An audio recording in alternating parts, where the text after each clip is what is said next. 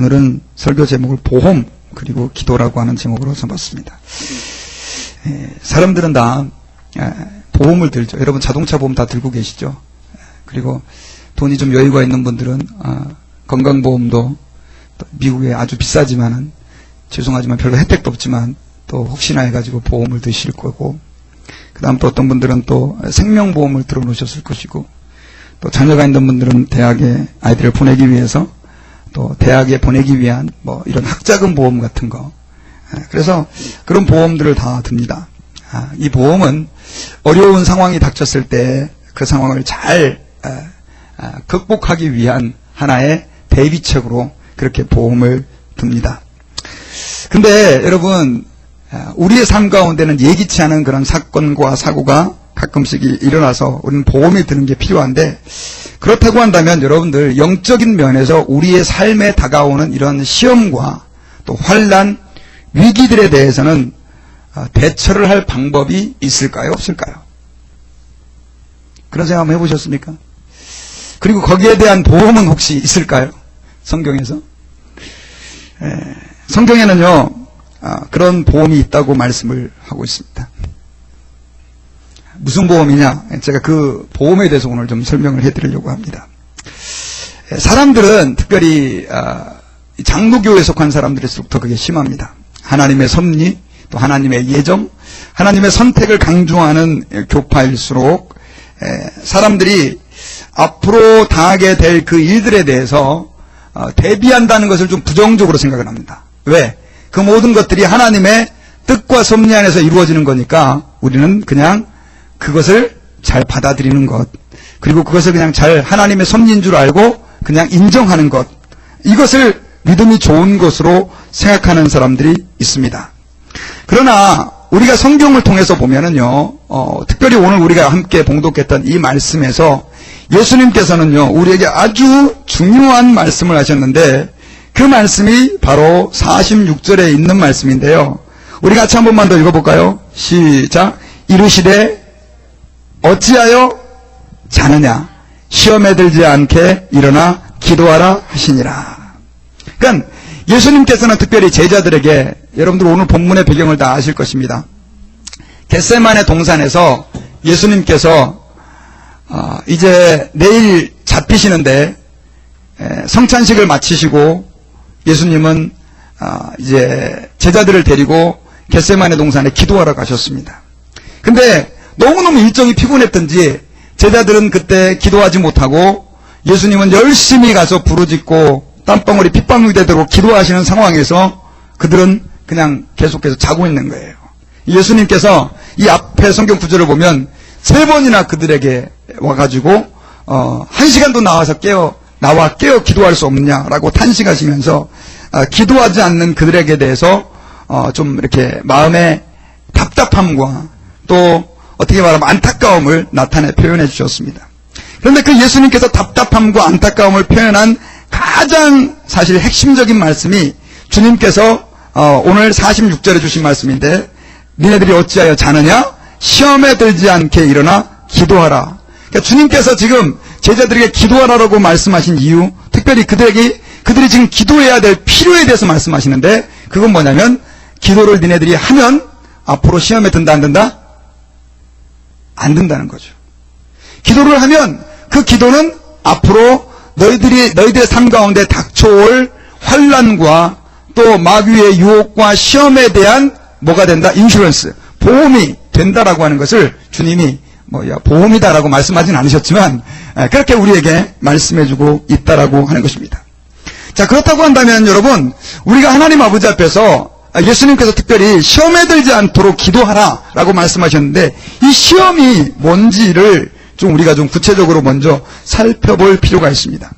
여러분, 예수님께서는 사실 그의 공생의 사역을 하시는 동안 자주자주 기도할 기회를 많이 만드셨습니다. 기도하셨는데 특별히 오늘 본문에 나와 있는 이 기도는 굉장히 절박한 기도였습니다. 왜냐하면 이제 내일이면 대제사장의 뜰에 잡혀서 결국 이제 십자가를 지시게 되는 그런 이제 어떻게 말하면 공생에 있어서의 공식적인 사역의 마지막 날이기 때문에 그렇습니다. 뿐만 아니라 이 날은 사실 예수님에게 굉장히 견디기 힘든 날이기도 했어요. 왜냐하면 예수님은 그 십자가를 지셔야 됐는데, 여러분 아시겠지만 그 십자가는 사람들이 가장 저주스러워하고 혐오스러워하고 그 다음 또 모욕적인 것이 바로 이 십자가 형벌이었기 때문에 그렇습니다.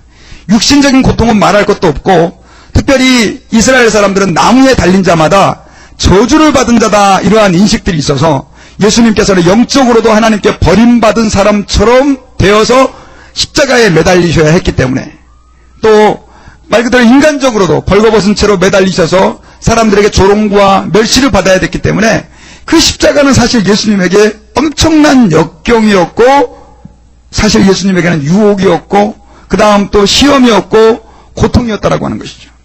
그래서 예수님께서는 사실 이 겟세마네 동산에 기도하실 때, 처음에 기도하실 때 이렇게 기도하셨어요. 하나님, 할만하시거든 이 잔을 내게서 피하여 지나가게 해주십시오. 예수님이 이 땅에 왜 오셨습니까, 여러분? 우리의 죄를 대속하시고 십자가에 죽으시기 위해서 이 땅 가운데 오셨지만, 예수님께서 그 십자가를 지시는 것은 사실 말 그대로 절대로 쉬운 일이 아니었습니다. 더더군다나 하나님의 아들로서 그 하나님의 영광과 존귀를 다 포기하시고 사람들에게 조롱과 멸시와 천대의 십자가를 지시고 달리신다라고 하는 것은 말할 수 없는 역경이었고 시험이었다는 것이죠. 그래서 예수님께서는 그 밤에 특별히 십자가를 지시기 전날 간절하게 땀방울이 핏방울이 되듯한 그러한 간절한 마음으로 하나님 아버지 앞에 기도를 하고 있습니다. 주님께서 제자들에게도 함께 같이 와서 기도를 요구하셨던 이유는, 예수님께서 십자가를 지시는 것은 예수님에게 대한 시험이었지만 앞으로 제자들에게도 뭐가 닥쳐와요? 시험이 닥쳐오는 거예요. 이 환난이 닥쳐오는데 바로 예수 그리스도를 믿는 사람들에게 닥쳐올 그 환난과 위기를 말하는 것이었습니다. 그래서 예수님께서는 그 환난과 위기를 잘 대처하도록 제자들에게 뭘 해라? 십자가를 와서 지금 기도를 해라라고 말씀을 하고 있는 거죠. 근데 제자들은 기도를 했습니까? 못했습니까? 못했지요. 그래서 결국은 예수님께서 특별히 오늘 본문에서 언급하고 있었던 것은 예수님에게는 무엇이었냐면 앞으로 닥칠 십자가의 환난이었고, 그 다음에 제자들에게는 그들이 예수 그리스도를 따르는 그 제자들이라고 하는 그 이유만으로 당해야 할 고통과 또 위기와 아픔들이었다라고 하는 것이었습니다. 사실 예수님께서는요, 이 십자가의 시험을 잘 통과하셔야 했습니다. 여러분 아시겠지만 예수님이 십자가에 매달리셨을 때 어떤 사람들은 예수님에게 이렇게 얘기를 했습니다. 네가 하나님의 아들이었거든 어떻게 해라? 그 십자가에서 내려와 봐라. 예수님께서 그 십자가에서 내려오실 수 있는 능력이 있으셨어요? 없으셨어요? 확실히 말해보세요. 예. 예수님께서 콧바람만 한번 부시면 거기 있는 사람들이 다 죽을 수 있어요. 예수님은 전능하신 하나님이시기 때문에 그렇습니다. 그런데 예수님께서는 십자가에 달리시는 그 순간만큼은 철저하게 하나님으로서의 그 모든 어토리티와 고난을 다 내려놓으시고, 말 그대로 제가 지난주에 설교한 것처럼 노뱀으로, 죄인으로 우리의 죄를 담당하시고 그 십자가에 달리시게 되었다라고 하는 것입니다. 그래서 예수님께서 사실 그 십자가를 지시는 것은 예수님 개인적으로도 그것은 너무나 큰 시험이었기 때문에 예수님께서는 그 시험을 어떻게 해요? 기도를 통하여 지금 맞이하고 준비하고 극복할 그 능력을 주님께서는 기도를 통하여 지금 씨름을 하고 계시는 것이었다라고 하는 것입니다. 그래서 사실은 우리가, 여러분 예수님께서는 십자가의 시험을 잘 극복하시고 십자가에서 자신의 목숨을 다 내어주시기까지 우리를 사랑하셨는데, 어쩌면 그 십자가의 위대한 사역이라고 하는 것은 십자가의 현장에서 이루어진 것이 아니라 어디에서 이루어졌다고 말할 수 있냐? 따라봅시다. 겟세마네 동산에서 이루어졌다. 그 겟세마네 동산이 어떤 자리였느냐? 기도의 자리였다라고 하는 것이죠. 그런데 제자들은 어땠느냐? 제자들은 사실 몸이 너무 피곤했어요. 하루 종일 예수님 쫓아다니면서 성찬식 하고 또 예수님 설교 듣고 예루살렘에서 왔다 갔다 하고 그러다 보니까 몸이 너무 피곤했고, 예수님께서 겟세마네 동산에 기도하러 가신 시간은 at least midnight, 그러니까는 밤에 정오는 아니고 자정이 넘길 시간이었다는 거예요. 그러니까 그들은 기도하러 갔지만은 말 그대로 너무너무 피곤해서 계속 잤게 됐죠. 예수님께서는 지금 그들에게 대해서 안타까운 마음으로, 지금 너네가 몸이 피곤하고 어려워도 잘 때가 아니다. 너네들은 지금 기도해야 될 때다라고 하는 것을 예수님께서는 제자들에게 말씀해주고 있었다라고 하는 것입니다. 사실은 제자들은 앞으로 닥칠 시험이 얼마나 심각한지를 잘 알지 못했습니다. 그래서 그들은 그들의 현실만을 바라보고 타협하면서 결국은 에휴, 오늘 하루 기도 안 한다고 무슨 일 생기겠어 라고 하는 마음으로 결국은 그냥 잠이 든 거죠. 근데 결과적으로 어떻게 됐습니까? 여러분, 예수님께서 겟세마네 동산에서 땀방울이 핏방울이 흘리도록 그렇게 하나님께서 예수님께서 기도하신 예수님은 그 사람들의 조롱과 유혹과 그 모든 과정을 영어로는 고우뚫죠. 뚫고 결국 십자가에서 우리의 구원을 위한 사역을 이루어 주셨어요. 근데 제자들은 어떻게 했습니까? 12제자들이 다 도망가 버렸죠. 도망가 버리고 그 중에 수제자라고 하는 그 베드로는 예수님을 저주하면서까지 3번 부인하게 되는, 한마디로 말하면 그들에게 닥쳐올 그 환난과 시험에서 그들은 승리했습니까? 실패했습니까? 실패하고 말았죠. 그래서 말 그대로 그동안에 쌓아왔던 모든 그 공든탑들을 하루아침에 다 무너뜨려버리는 그러한 시험에 그들은 빠져들어가게 된 것입니다. 그들은 사실은 그 시험이 크고 무서웠던 것이 아니라 그들은 어디서 실패를 했다는 거예요? 겟세마네 동산의 기도의 현장에서 실패했기 때문에 그들은 시험에 넘어간 것입니다. 여러분, 우리는 이 사실을 알아야 됩니다. 한번 따라해봅시다. 기도는 시험을 이기게 하는 하나님의 능력이다. 공짜 보험이다. 돈 안 내잖아요, 여러분, 보험. 여러분, 제자들의 실패는 이 대제사장의 뜰에서 이루어진 것이 아니었다는 거예요. 제자들의 실패는 대제사장의 뜰이 아니라 겟세마네 동산의 그 현장에서 이미 이루어진 겁니다. 예수 그리스도의 십자가의 그 놀라운 사역의 성취는 십자가 위에서 이루어진 게 아니라 겟세마네 동산에서 이루어졌다는 거예요. 이 말씀을 좀 오해하지는 마세요. 그만큼 뭐가 중요하다? 기도라고 하는 것이 우리의 삶 가운데 중요한 것이다 라고 하는 것입니다. 여러분, 우리에게는요 끊임없이 시험이 있습니다. 시험을 받고 싶으신 분 한번 손 들어보세요. 아무도 없어요. 그러나 시험을 하나님이 안 주시는 사람도 또 아무도 없어요. 모든 사람들은 어떤 형태로든 간에 그 시험을 받게 되어 있습니다. 하나님은 그 시험을 통해서 우리를 성숙시켜 나가세요. 그래서요, 하나님께서는 목사에게도 시험을 허락하시고 장로에게도, 장로님에게도, 여러분들에게도 다 시험을 허락하세요. 이걸 여러분들이 믿어야 됩니다. 어떤 분들은 그래요. 하나님께서 좋으신 하나님인데 왜 내게 시험을 허락하시느냐. 뭐 저 시험이라고 하는 단어는 다르지만 학교 다닐 때 여러분 학생들 중에 시험을 좋아하는 아이들 있나요? 아무도 없잖아요. 근데 주구장창 역사에서 시험이 없었던 때는 없습니다. 심지어 교회에서도 뭐 이제 직분자 세우려면 요즘 시험 보고 있습니다. 왜냐하면 하기 싫어도 그것 자체를 통해서 그 사람이 성숙되어지고 그 사람이 안정되어지기 때문에 결국은 우리 인간 세상에 모든 사람이 다 싫어하는 시험이라고 하는 것이 존재하는 거예요. 하나님 아버지 앞에서도 마찬가지예요. 시험이라고 하는 단어는 뭐 3가지가 있어요. temptation, trial, test 3가지가 있지만 그러나 뭐 복잡한 거 여러분도 모르셔도 돼요. 중요한 것은 어쨌든 간에 그 시험이라고 하는 것을 사람들이 다 싫어하지만 하나님께서는 그 시험을 통해서 우리를 성숙시키기를 원하신다라고 하는 거예요. 그래서 우리는요, 신앙생활을 하고 예수 믿고 구원받은 하나님의 자녀가 되었으면 이제는 앞으로 하나님이 준비하신 그 시험이라고 하는 과정을 모든 사람이 가게 된다는 사실을 잊으면 안 됩니다. 여러분, 저는 여러분들이 시험을 안 받았으면 좋겠어요. 그러나 여러분들은 반드시 시험이라고 하는 과정을 통과하실 것입니다. 누구도 예외가 없습니다. 누구도. 저는 88살 때 예수를 믿었는데 소용없어요. 그래도 그분은 또 시험을 거치는 거예요. 10살 때 믿은 아이들은 또 그때에 맞게. 목사는 여러분 시험 이제 다 통과한 것 같습니까? 저도요, 죽을 만큼 시험을 당했어요. 앞으로는 하나님 좀 시험 좀 없었으면 좋겠어요. 근데 또 시험은 제 안에 있을 거예요. 이게 현실적인 거예요. 그러면 이러한 앞으로 닥칠 그 시험들에 대해서 어떻게 하면 우리가 그것을 하나님이 우리에게 주신 은혜의 기회로 삼아서 하나님의 영광을 나타내느냐, 아니면 제자들처럼 페일해가지고, 물론 나중에는 하나님 다시 그들을 회복시켰지만 페일해가지고 실패해가지고 빌빌대고 허둥대다가 그렇게 방황하며 시간을 보낼 것이냐. 여러분, 저가 여러분들이 하나님 아버지 앞에서 인슈런스를 잘 들을 때 우리가 앞으로 다가올 그 시험에 대해서 능히 이기는 놀라운 역사가 있어지게 될 줄 믿습니다. 그래서 여러분, 우리는 하나님 아버지 앞에서 특별히 이 환난과 시험들에 대해서 잘 대비를 해야 되는데 그것은 바로 뭐 하는 것이다? 기도하는 것이다 라고 하는 사실을 여러분 인정해야 돼요. 그래서 기도는요, 지금 당장 내가 기도한다고 해서 뭐 확 달라지거나, 우리 지금 특히 한국 분들은 기도하면 뭘 받아야 되잖아요. 필 받아가지고 뭐 불을 받든지 뭐 해가지고 막 뒤집어지든지 해야 되는데, 그런 게 없으면은 별로 오늘 간대, 오늘도 기도하는데 그냥, 기도만 그냥 하고 왔다. 이런 느낌을 갖는 그러니까 가질 때가 많이 있어요, 여러분. 그런데, 비록 그러한 상황 가운데서 우리가 기도에 대해서 어떤 아무런 느낌과 바로 지금 내 눈앞에서 펼쳐지는 하나님의 응답이 없다 할지라도요, 기도는 여러분, 우리가 하나님 아버지 앞에서 마치 뭐와 같다? 인슈런스와 같다는 것을 우리가 기억을 해야 됩니다. 보험 낼 때 여러분, 당장 사고 안 나면 계속해서 아깝잖아요. 그러나 그게 사고 났을 때 얼마나 그게 우리에게 중요한 자산이 됩니까? 마찬가지로 기도는 그와 같은 것이다 라고 하는 사실을 우리가 기억을 해야 됩니다.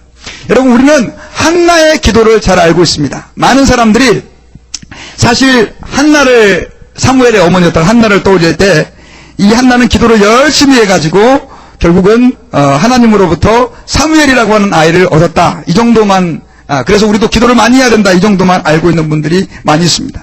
그런데 여러분, 이 한나의 기도를 통해서 우리가 조금 더 다른 각도로 하나 봐야 될 것은, 여러분, 한나가 사실 기도한 것은 아이가 없어서 기도한 게 아닙니다. 한나가 직접적으로 기도하게 됐던 이유를 여러분 혹시 알고 계세요? 네, 분인나가 한나를 괴롭힌 거예요. 아이 없는 건 그냥 마음에 그냥 슬픔으로 그냥 있었어요. 근데 분인나가 와가지고, 둘째 부인이죠. 와가지고 아이를 덜컥 나놓고 지가 뭐 잘났다고 이 큰 언니라 그래야 되나요? 뭐라 그래야 되나요? 하여튼 형님 성령을 갖다 막 괴롭힌 거예요. 그러니까 아이도 없는데 지가 둘째 부인이 와갖고 아이 낳았다고 막 이제 유세 부리고 그 다음에 형님을 갖다 막 괴롭히고 그러니까 이제 막 이 마음이 들끓기 시작한 거예요. 그래가지고 남편은 재물을 말 그대로 이제 이렇게 제사를 드리고 나서 그 드린 제물의 갑절을 분인나보다 이렇게 줬지만은 그 마음의 위로가 안 되는 거예요. 왜냐하면 너무너무 서러운 거예요. 이 분인나 때문에. 그래가지고 하나님 아버지 앞에서 아이를 달라고 그렇게 간절한 마음으로 기도를 하죠. 그런데 그렇게 기도했을 때 하나님께서는 결국 한나의 기도를 응답하셨습니다. 그러고 나서 이 한나의 기도를 응답해 주시는 것도 하나님께서 누구를 통해서? 제사장 엘리를 통해서 하나님께서 네 기도를 들었으니까 이제 평안히 가라라고 그랬어요. 그래가지고 한나가 이제 집으로 돌아갔는데 성경에 보면은요, 사무엘상 1장 18절에서 이렇게 기록이 되어 있어요. 가로되 당신의 여종이 당신께 은혜 입기를 원하나이다 하고 가서 먹고 얼굴에 다시는 수색이 없으니라. 우리는 한나가 기도 응답 받은 것을 사무엘이 태어난 시점으로 말해요. 그런데 실제로 한나는 그 이전에 엘리 제사장을 통해서 내게 하나님께서 아들을 주시고 네게 너의 기도를 하나님께서 들으셨다라고 하는 이 말씀을 듣고 바로 그 순간 하나님의 응답을 받았죠. 실제로 여러분, 그것은 어떻게 일어났느냐? 성경에 보면은 그 이후의 이야기가 자세히 기록이 되지 않아요. 그런데 분인나가 기도하고 나온 한나를 우리 말로 갈구고 괴롭히는 거 있잖아요. 중단했을까요? 계속했을까요? 어떻게 아세요? 아마도 분인나는 변화되지 않았을 것 같아요. 아마 평상시 대하는 태도하고 똑같이 그렇게 분인나를 대했을 것입니다. 그런데 한나는 어떻게 이제 그게 더 이상 어떻게 해요? 스트레스가 안 된 거예요. 한나는 이미 기도의 현장에서 자신의 그 모든 시험과 환난의 문제가 다 해결되어 버린 거예요. 그래서 분인나가 괴롭히는 거. 그래서 사무엘은 사실은 하나님께서 어떻게 말하면 보너스로 주신 것처럼 그에게 하나님께서 덤으로 주신 은혜였다라고 하는 사실을 우리는 이 한나와 분인나의 그 관계를 통해서도 우리는 알 수가 있습니다. 여러분, 그래서 우리가 하나님 아버지 앞에서 지금 우리가 삶에서 어떤 고난을 당하고 그 다음 또 시험을 당하고 더 특별히 교회 다닐 때 여러분 교회 안에 얼마나 시험이 많습니까? 교회에서 어떤 때는 목사님 때문에 시험에 들기도 하고 어떤 때는 장모님 때문에 시험에 들기도 하고 어떤 집사님 때문에 근데 좀 죄송한데 제일 그 시험거리가 제일 많은 사람이 목사예요. 왜냐하면 제일 많이 보니까. 그 다음에 또 장모님이고. 그래서 이 두 사람만 잘하면 교회가 부흥이 되는데 근데 그 두 사람이 잘해도 우리 교회 잘하잖아요. 저도 잘하고 우리 장모님도 잘하고. 근데 또 오면 사람들이 시험 드는 사람들이 많아요.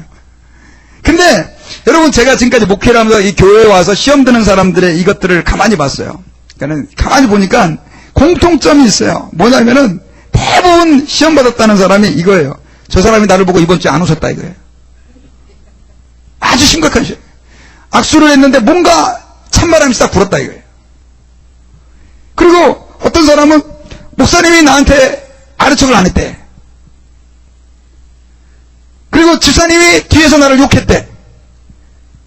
이게 교회의 제일 큰 시험거리예요. 사람들이 그것 때문에 교회 떠나요. 교회 안 나와요. 근데 여러분들에게 제가 여쭤볼게요. 이게 시험이에요? 시험은 이 정도 돼야 되죠. 여러분들이 교회 나왔어요. 집에 전화가 딱 걸려왔어요. 나 달라스의 마피아 대장인데 너 다사랑 교회 나갔지? 왜 나갔는데?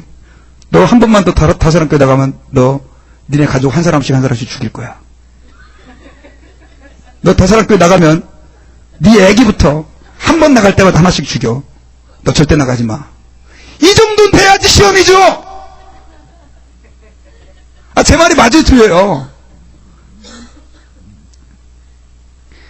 이 정도쯤 돼가지고 목사님 제가 이제 다사랑 교회 대장 못 나겠습니다. 그럼 목사가 뭐라 그래요? 그러세요? 뭐 할 수 없죠. 뭐 이기셔야죠. 그런데도 뭐 그 상황인데 어떻게 해요? 그 상황에도 교회 나오라고 해야 맞지만 그 정도쯤 되면 이게 진짜 시험이구나. 우리 기도해서 이겨냅시다. 이렇게 되는데 저 사람이 나보고 안 웃었어요. 나 목사님 승질나고 교회 안 다닐래요. 여러분, 너무나 많은 그리스도인들이 너무너무 약해져 버렸어요. 도대체 왜 이렇게 약해져 버렸어요? 기도를 하지 않기 때문이에요. 제가 내린 결론은. 시험에 대해서 전혀 감당할 만한 힘이 없는 거예요. 조금만 건드리면 그냥 팍 쓰러져 버리는 거예요. 여러분, 지금 여러분들은 그리스도인들의 그 파워, 그 스트렝스, 그 능력을 여러분들은 얼마나라고 보십니까? 만약 100이라고 한다면 지금 현재를 살아가고 있는 그리스도인들의 영적 파워는 어느 정도 된다고 생각하십니까? 초대교회 그리스도인들은요, 나를 죽이려고 하는 사람들 앞에서 예수 믿으라고 회개하라고 외치는 그러한 강력한 능력이 있었어요. 그 사람들은 여러분 유전자가 달라요? 초대교회 베드로는요, 예수님 앞에서 예수님 다른 사람 다 버려도 나는 주님을 끝까지 부인하지 않겠습니다라고 하는 당당함이 있었던 사람이에요. 근데 나중에 그거 어떻게 됐어요? 여종 앞에서 예수님을 부인해버리잖아요. 근데 나중에는 그가 획가닥 뒤집어져가지고 어떻게 해요? 자기를 죽이려고 하는 수많은 대제사장들과 유대인들이 눈을 부라리고 있는데 너네가 십자가에 못 박아 죽인 그 예수 부활하셨다. 너네 잘못해서 그 예수님 못 박아 죽였지만 너네도 회개하고 예수 믿으면 성령을 우리에게 주신 것처럼 너네도 성령 주실 것이다. 이런 설교를 어떻게 할 수 있어요, 여러분요? 한번 따라해 봅시다. 기도다. 기도다. 기도예요, 여러분. 기도는 이미 어떤 현장을 가기 전에 그 기도하는 자리에서 승부가 나는 것입니다. 시험에 드는 사람들은 시험이 왔기 때문에 쓰는 것이 아니에요. 기도하지 않았기 때문에 넘어지는 거예요. 지금 여러분 교회 다닌다고 미국에서 총 들고 너 죽인다고 하는 사람들 없습니다. 근데 왜 그렇게 사람들이 약하고 왜 그렇게 사람들이 쉽게 바람만 불면 이리저리 휙휙 날리는 갈대처럼 그렇게 우리의 믿음이 약해져 버렸습니까?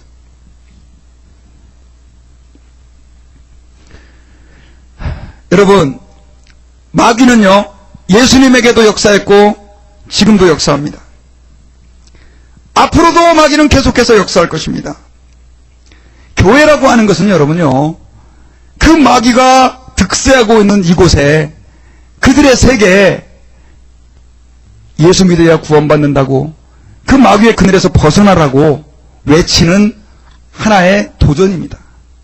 그래서 성경에서 야고보서에 우리의 싸움은 혈과 육에 대한 것이 아니라 정사와 권세와 이 어둠의 세상 주관자들과 하늘에 있는 악한 영들에게 대함이라고 말씀하고 있잖아요. 여러분 지금 교회 나오는 건 신앙생활하는 건 영적 싸움이에요. 그래서 우리가 하나님 아버지 앞에서 기도하지 않는다고 할 때 그 사람은 어떤 하나님의 역사도 이룰 수 있어요? 없어요? 없어요. 왜? 마귀가 가만히 있지 않기 때문에 그렇습니다. 아까 제가 베드로 설교를 얘기했지만 베드로의 설교에 5,000명이 뒤집어지는 역사가 있었어요. 근데 베드로가 설교를 잘해서 5,000명이 뒤집어졌나요? 어떻게 생각하세요? 아니에요. 그들은 다락방에 모여서 10일 동안이나 간절하게 기도했습니다. 이미 거기서 승부가 난 거예요. 이미 거기서 승부가 난 거예요. 그 열흘 동안 얼마나 그들이 힘들었겠습니까? 성경에 보면 사도행전 1장에 저녁 기도에 힘썼다. 정말로 인내하면서 언제 성령님이 오실지도 모르고 언제 그 충만함이 주어질지도 모르는 상태에서 그들은 오직 하나님만 믿고 기도했어요. 하나님의 약속을 믿고 기도했어요. 제가 지난 금요일 날 이런 얘기를 했어요. 믿음이라고 하는 것은 하늘로부터 뭐 받는 거 아닙니다. 믿음이라고 하는 것은요, 인내하고 기다리는 겁니다. 시편은 보시면요, 하나님 앞에 죄송합니다. 은혜 받은 사람들이 쓴 게 아니에요. 시편은 하나님 왜 내가 이렇게 부르짖고 간구하고 하나님을 찾아도 내게 응답하지 아니하시나이까. 이게 다 시편의 내용이에요. 왜 그렇게 원수들이 나를 하나님 괴롭힙니까? 이게 다 시편의 고백이라니까요. 은혜 안 받아도 하나님께 나아가는 것. 왜? 그게 하나님의 말씀의 약속이니까. 불 안 떨어져도 하나님 아버지 앞에 나와서 주를 찾는 것. 이게 믿음이에요, 여러분요. 불 떨어지는 것만 찾다가 지금 이상하게 된 사람이 얼마나 많아요. 여러분, 믿음이라고 하는 건 저는 이렇게 생각합니다. 뭔가 내가 오늘 기도했는데 하나님 뭔가 내게 주셨어. 아이고, 기도하는 게 너무 좋아. 그거는 초급의 믿음이에요. 저급한 믿음이에요. 오늘 기도했는데 하나님이 저 멀리 계시는 것 같고 아무리 주의 이름을 불러도 하나님이 내게 응답하시지 않고 눈물이 폭포수처럼 흘러서 하나님을 찾는데도 하나님이 내 마음에 감동을 주지 않고 그래도 기도하기 위하여 기도의 자리로 나가는 것. 그게 믿음이에요. 제자들은 거기서 무릎을 꿇었잖아요. 예수님이 겟세마네 동산에서 기도하실 때 무슨 하나님의 크신 충만한 위로를 받았나요? 여러분, 기도라고 하는 것은 죄송합니다. 꿈 깨세요. 행복한 거 아니에요. 기도를 통해서 가끔 주님이 기쁨을 주실 때가 있어요. 그러나 그건 특별한 경우예요. 원래부터 기도는 기쁜 게 아니에요. 기도는 고통스러운 거예요. 동의하고 싶지 않으세요? 제게 있어서의 기도는 고통이었어요. 여러분들 어떤지 모르겠어요. 뭐 어떤 분은 기도해서 목사님 내 은혜 받았어요. 좋아요. 은혜 안 주면 기도 안 할 거예요? 내 마음에 감동이 안 되면 불 안 떨어지면 기도 안 할 거예요? 여러분, 하나님 앞에서 우리 예수님이 가셨던 그 겟세마네 동산의 기도로 갑시다. 그리고요, 기도하는 사람은 앞으로 그 환난을 성장의 발판으로 삼을 수 있는 능력을 얻게 돼요. 할렐루야. 여러분, 전도 열심히 한다고 되는 게 아니에요. 죄송한데. 저는 우리 교회를 이제 앞으로 8월달부터는 정말 전도에 대한 바람을 좀 일으키고 싶어요. 근데요, 여러분들 가가지고 아무리 가서 전도해 보세요. 안 됩니다. 기도하지 않으면요, 절대로 여러분 마귀가 가만히 있지 않아요. 그러나 잃어버린 영혼을 달라고 기도하고 하나님 아버지 앞에 절규하면서 은혜가 되든지 안 되든지 주의 약속의 말씀을 믿고 하나님께 기도했을 때 하나님께서 그 위를 베풀어 주시면 그 영혼을 붙여주는 거예요. 그래서 전도는 노력해서 되는 게 아니라 되어져야 되는 거예요. 그러면 전도보다 뭐가 더 중요하다? 기도가 더 중요하다는 거예요. 이미 우리는 기도의 그 자리에서 전도를 하는 거예요. 기도의 그 자리에서 하나님의 나라를 확장하는 것입니다. 근데 이렇게 기도가 중요한데요, 사람들이 왜 기도를 하지 않을까요? 기도를 하지 않는 이유는요, 아까 말씀드렸지만 기도가 쉽지 않기 때문이고요, 그 다음에 또 하나는 이 기도에 마귀의 방해가 있기 때문에 그렇습니다. 여러분, 이렇게 기도가 중요하다 그런다고 한다면 마귀가 크리스찬들에게 제일 못하게 하는 것 1순위가 뭐겠습니까? 제가 질문을 너무 어렵겠나요? 기도하면 잃어버린 영혼이 돌아오고, 기도하면 하나님의 나라가 확장되고, 기도하면 성령 충만받고, 기도하면 교회가 성장하고, 기도하면 가정의 문제가 해결되고, 기도하면 직장의 문제가 해결되고, 기도하면 건강해지고, 하나님의 축복의 역사가 기도를 통해 들어온단 말이에요. 그러니까 마귀가 제일 먼저 그리스도인들을 공격할 때 못하게 하는 게 뭐겠어요? 여러분이 그래도 기본적인 상식이 있는 마귀라고 한다니까. 여러분이 마귀라고 해서 죄송했는데, 마귀가 기본적인 상식이 있다고 한다면 제일 먼저 뭘 못하게 하겠어요? 예? 기도. 그래서 여러분, 공관복음서를 보시면은 예수님께서 제일 먼저 세례요한에게 세례를 받으시고 나서 하신 일이 뭐예요? 40일간 금식기도를 하시잖아요. 금식기도가 딱 끝났으면 우리 생각에는 누가 와야 돼요? 천사가 와야 돼요. 그쵸? 근데 천사가 온 게 아니라 삐뚤어진 천사가 왔어요. 마귀가 왔어요. 그래서 예수님을 시험하는 거예요. 40일간 기도하셨던 그 모든 기도를 이 마귀는 다 뒤틀어서 왜곡해서 말 그대로 예수 그리스도의 사역을 통째로 다 무너뜨릴 계획을 가지고 예수님에게 찾아온 거예요. 그래가지고 그 유명한 3가지 시험이 바로 예수 그리스도의 40일 금식기도 이후에 나타난 거예요. 여러분, 마귀는요, 기도한 사람에게 나타나요. 그래서 그 사람을 시험 들게 만들어요. 그리고요, 어떤 사람은 아예 기도하기 전에 그냥 초장부터 그냥 박살내버려요. 자꾸 일 생기게 해서 기도 못하게 하고, 뭐 기도한다고 뭐 어떤 뭐 일이 일어나겠어? 이런 마음 갖게 만들고. 마귀는요, 어떤 일을 할 때 그르치기보다도, 여러분 내가 말했잖아요. 어떤 일은 둘째 문제다. 첫 번째 모든 하나님의 역사는 어디서 이루어진다? 기도의 자리에서 이루어진다. 그러니까 마귀가 여러분 역사한다 그런다면 여기서 역사하겠어요? 여기서 역사하겠어요? 당연히 기도하는 자리에 역사하죠. 그래서 기도를 방해하는 거예요. 기도를 방해하니까 사람들은 여기에 이 마귀의 사탄의 방해가 있는지를 모르고 그냥 기도를 스탑해버려요. 제자들이 겟세마네 동산에서 왜 잤을까? 몸도 피곤했지만 저는 거기에 뭐 직접적으로는 안 나타나 있지만 그 마귀의 방해가 있지 않았을까? 제가 글린로즈에서 예수님 연극하는 게 있어요. 예수님 연극하는 게 있는데 예수님 연극할 때 보면 이제 예수님 뭐 이렇게 사람들 뮤지컬 같이 확 하는데 제가 한 가지 굉장히 그 연극을 보면서 인상 깊었던 게 있어요. 뭐냐면 마귀가 예수님 뭐죠? 아까 얘기했던 세 가지 시험을 하고 나서 성경에는 보면 주로 마귀의 역사가 크게 안 나타나잖아요. 근데 계속해서 따라다니는 거예요. 현장마다. 그래서 이렇게 검은 옷을 입은 사람이 샥 가가지고 귀에다 막 속삭이고. 그러니까 이제 베드로가 주님 십자가 지시면 안 됩니다 막 이러고 막 이런 것들을 다 이렇게 극적으로 표현한 거예요. 여러분, 우리는 하나님 앞에 성령 충만하지 않으면 마귀의 역사를 분별할 수도 없고요. 이길 수도 없어요. 예수님은 말씀하셨어요. 시험에 들지 않도록 깨어 기도하라. 그 말은 다시 말해서 우리는 기도를 통해서 그 시험을 이길 수 있다는 것이고 기도를 통해서 그 마귀의 모든 견고한 일을 파할 수 있다고 하는 사실을 우리는 믿어야 됩니다. 그래서 이렇게 마귀가 방해를 하기 때문에 우리가 기도하기가 힘든 겁니다. 그렇다고 한다면 결론적으로 어떻게 이러한 마귀의 방해를 뚫고 정말로 그 인슈런스와 같은, 세상의 인슈런스는 돈 맞게 갖다 대주지 않지만 이 영적인 인슈런스는 여러분들의 영혼을 강하게 해주시고 또 여러분들의 삶을 하나님께서 그 기도를 통해서 이끌어 주신다는 걸 믿어야 되는데요. 어떻게 그러면 우리가 그 기도를 승리할 수 있을까? 그것은 예수님께서 하셨던 방법을 따라가면 되는 거예요. 예수님께서는 기도하실 때 꼭 두 가지를 염두에 두셨습니다. 뭐냐? 하나는 한번 따라해 봅시다. 한적한 장소, 구별된 시간. 예. 그냥 예수님은요, 되는 대로 기도하지 않으셨어요.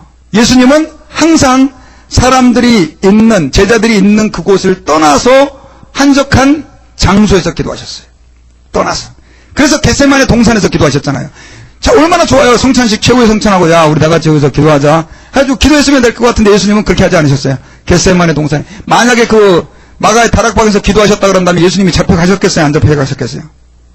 가룟 유다가 군사들을 데리고 어디로 왔어요? 성경을 가룟 유다가 군사를 데리고 그 겟세마네 동산에 왔잖아요. 왜 거기 왔겠어요? 예수님이 항상 거기서 기도하셨던 거예요. 그러니까 가룟 유다가 그리 데려온 거예요.